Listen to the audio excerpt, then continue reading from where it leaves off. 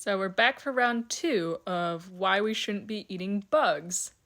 I actually really appreciated all the questions, and I'm happy to answer some reoccurring ones. And I think the first one that I want to talk about is this idea that if I just boil the insects that I'll be good somehow. So yes, boiling it does get rid of some germs, but it doesn't completely eliminate all the pathogens. Just like with other types of meat, there's just some viruses and bacteria that can survive really high temperatures. Again, the big difference is that meat that you buy at the grocery store, there's the USDA, there's the government regulations, and we just got so many entities and like people that are constantly checking for disease. So that's why we don't have people just dying from eating beef at the store. Another common question that I got is, well, what about deer? Like, a lot of people, I live here in Michigan, we hunt deer every season. Like, why aren't we all worried about, like, getting disease? Well, we are, but the big difference, again, is that deer and deer hunting is very much regulated.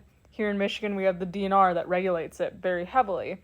And on top of that, most of the time, I mean, some people, they process it on their own, but you take it to a meat processor. And those guys, they had to follow some really strict rules, and that's why we don't have as much of a safety issue. So I want to address this question that prompted this whole thing. So what about the people who eat insects for like generations? In a lot of these countries, they're just not very established. There's not a lot of statistics, but I'm pretty sure they can tell you that people have probably gotten really sick off of eating them, gotten diseases such as salmonella because there's no regulation. Once again, I am not hating on any type of culture that incorporates insects into their food. I'm pretty sure they probably have a lot more knowledge base on how to prepare them, but the danger of just promoting it blankly to people, especially right here in the United States, is that we could be exposing so many people to health risks, and it's not necessarily just from diseases from these insects. For example, here in the US, we spray pesticides, we spray insecticides, and those are chemicals that are made to kill insects. And if you ingest that chemical, like, it can really cause some damage. Like, you could even die. I'm not saying that, like, oh, this is never gonna happen in the United States. Like, maybe within my lifetime, I wouldn't be surprised if all of a sudden insects were something that you could buy at the store as like a meat replacer. I still don't know how that would work though. I just think it's just a really tough sell to our food regulation to get insects like at Whole Foods.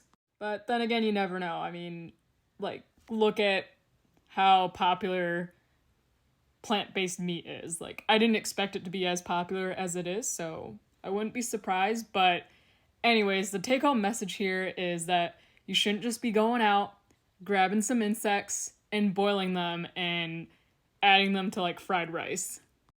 I personally wouldn't be trying any insects for food unless, like, I 100% knew, like, how it was sourced, like, if it was, like, grown in, like, a farm type setting and had multiple tests done to make sure that there was, like, no E. coli on it.